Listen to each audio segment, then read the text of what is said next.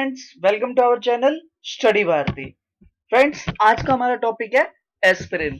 जैसा कि हम अपनी लास्ट वीडियो के अंदर डिस्कस कर चुके हैं एनसेड्स एंड इट्स क्लासिफिकेशन के बारे में, जिसके अंदर हमने एनसेड्स की बेसिक इंट्रोडक्शन स्टडी करी और उसके बाद हमने उसकी क्लासिफिकेशन भी स्टडी करी कि कौन कौन सी ड्रग्स हैं जो एनसेड्स में आती है और कौन कौन सी ऐसी ड्रग्स हैं जो प्रोस्टाग्लैंडिन की जो सिंथेसिस है उसको इनिबिट करती है।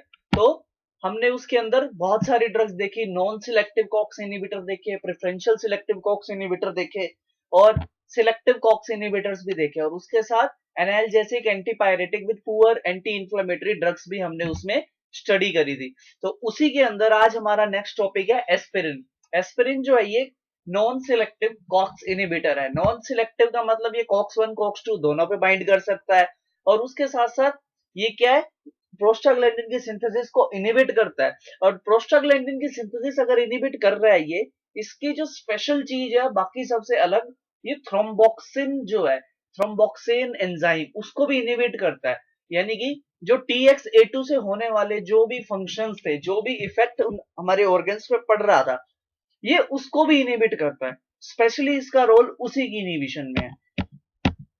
तो चलिए, it is also known as acetyl salicylic acid. ये क्या है? एसिटाइल सैलिसिलिक एसिड भी हम इसको कहते हैं। और ये क्या, एक प्रोटोटाइप होता है किसका? सैलिसिलिक एसिड का। सैलिसिलिक एसिड का एक प्रोटोटाइप है। और ये क्या है? एक नॉन सिलेक्टिव कॉक्स इनहिबिटर है। जैसा कि मैं आपको बता चुका हूं कि नॉन सिलेक्टिव कॉक्स इनहिबिटर्स क्या होते हैं, जो कॉक्स 1 और कॉक्स 2 दोनों पे बाइंड करते हैं। तो ये वही है। ये इसका स्ट्रक्चर है, देखिए ये बेंजीन रिंग है जिसमें एक कार्बोक्सिलिक एसिड और एक अल्कोहल ग्रुप है, तो इसको हम कहते हैं सैलिसिलिक एसिड। लेकिन अगर यहाँ पे OCO CH3 लग जाता है तो ये क्या बन जाता है? एसिटाइल सैलिसिलिक एसिड बन जाता है। यानी कि COCH3 लग गया रिप्लेसमेंट में H की रिप्लेसमेंट में COCH3 जब लग जाता है तो इसको हम एसिटाइल सैलिसिलिक एसिड कहते हैं, या फिर इसको हम सैलिसिलिक एसिड भी कहते हैं, या एस्पिरिन भी हम कहते हैं। और ये क्या है? One of the oldest analgesic anti inflammatory drug है। ये बहुत पुरानी ड्रग है, बहुत टाइम से ये जो है यूज हो रही है। मैं अगर बताऊं आपको, ये फ्रॉम 19th सेंचुरी से हम ये ड्रग्स को यूज कर रहे हैं। विलो बाक एक प्लांट सोर्स है जिसमें यूज किया जाता था since 1875 for fever and pain के लिए। ये जो प्लांट है, इस प्लांट के अंदर सैलिसिलेट्स प्रेजेंट होता है। ये सैलिसिलिक एसिड का सोर्स है जिसका हम यूज करते हैं फीवर और पेन में। तो ये जो एस्पिरिन है, हम ये कह सकते हैं कि एस्पिरिन का जो ओरिजिनेशन है वो यहीं से हुआ है। चलिए आगे देखते हैं एस्पिरिन की डोजेस के बारे में। एस्पिरिन जो होती है, लो डोज एस्पिरिन और हाई डोज एस्पिरिन, इसकी जो है अलग अलग होती है। देखिए, जो एस्पिरिन की डोज है वो उसके एक्शन के ऊपर डिपेंडेंट होती है। मतलब कि एस्पिरिन की डोज जितनी ज्यादा होगी वो उसका एक्शन उससे अलग होगा। देखिए, जैसे लो डोज एस्पिरिन जो है, जिसकी 50 से 325 mg तक अगर हम किसी पेशेंट को देते हैं, जिसको हम लो डोज एस्पिरिन कहते हैं, तो उसकी एनाल्जेसिक एक्टिविटी होगी। यानी कि अगर कोई पेशेंट 50 to 325 mg तक एस्पिरिन ले रहा है तो वो एनाल्जेसिक एक्टिविटी शो करेगा। और अगर कोई patient 3 to 6 gram per day aspirin ले रहा है तो उसको हम हाई डोज एस्पिरिन भी कहते हैं। और ये क्या है? एंटी इंफ्लामेटरी एक्टिविटी शो करता है। देखिए, ये क्या है? सबसे पहली चीज, नॉन सिलेक्टिव कॉक्स इनहिबिटर है। दूसरा, ये दो अलग अलग डोसेस पे अलग अलग एक्टिविटी शो कर रहा है। और आगे मैं बताऊंगा कि इनके साथ साथ ये और कौन कौन सी एक्स्ट्रा एक्टिविटीज शो करता है डिफरेंट डिफरेंट डोजेस पे। तो लो डोजेस पे ये एनाल्जेसिक एक्टिविटी शो करता है, और हाई डोजेस पे ये एंटी इंफ्लामेटरी डोज या इंफ्लामेटरी एक्टिविटी शो करता है। चलिए आगे देखते हैं मैकेनिज्म ऑफ एक्शन। जैसा कि मैं पहले ही बता चुका हूं कि ये क्या है? Non selective COX inhibitor. यानी कि ये साइक्लोऑक्सीजिनेज पाथवे को इनहिबिट कर रहा है।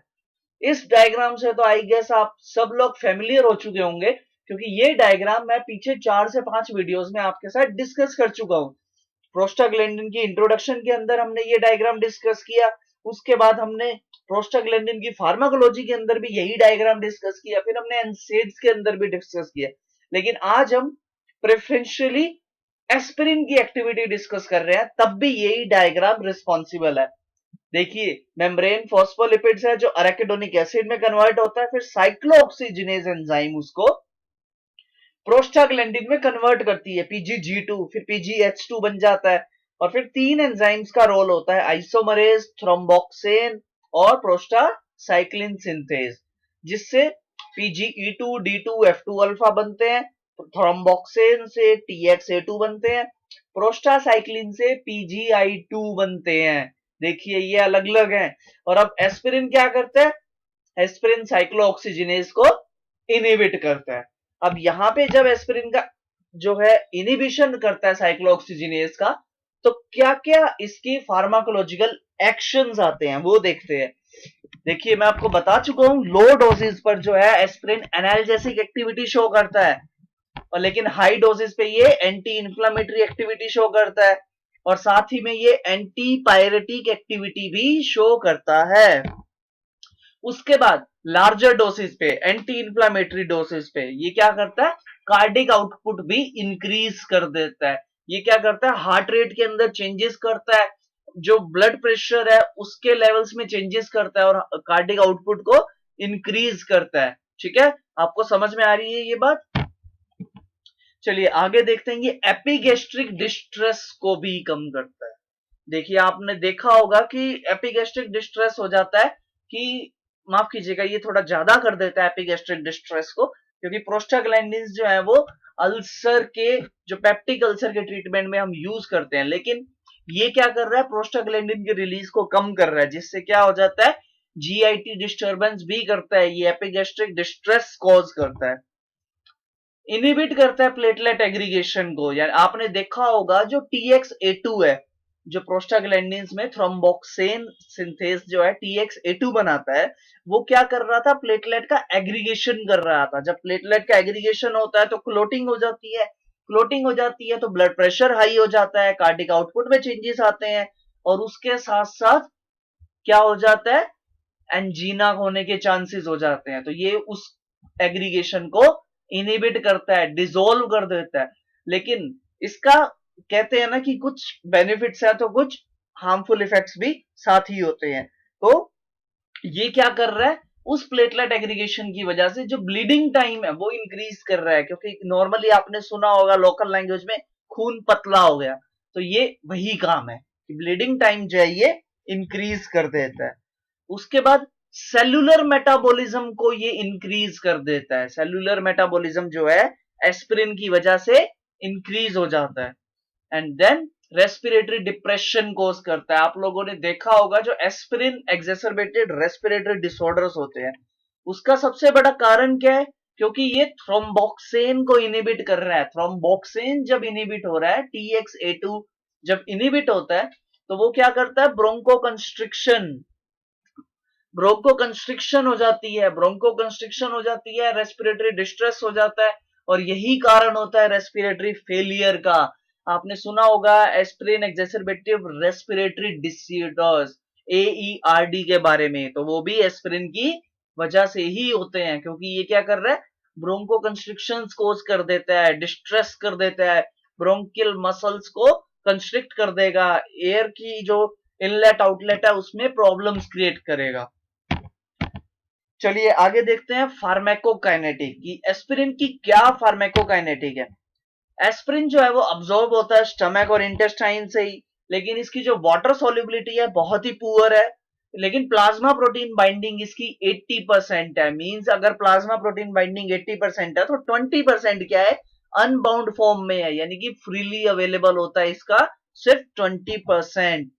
वॉल्यूम ऑफ डिस्ट्रीब्यूशन 0.17 लीटर पर केजी इसका वॉल्यूम ऑफ डिस्ट्रीब्यूशन होता है। हाफ लाइफ इसकी 15 से 20 मिनट होती है। बट टी हाफ जो होती है एंटी इंफ्लेमेटरी डोसेज में इसकी 8 to 12 आवर्स हो जाती है। देखिए 50 to 325 mg जो कि लो डोज है, वहां पे इसकी हाफ लाइफ कितनी है?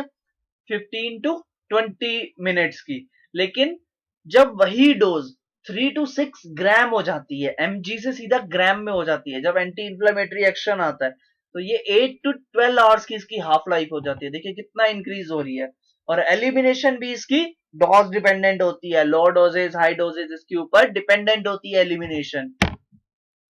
एडवर्स इफेक्ट्स क्या है इनसेट्स के?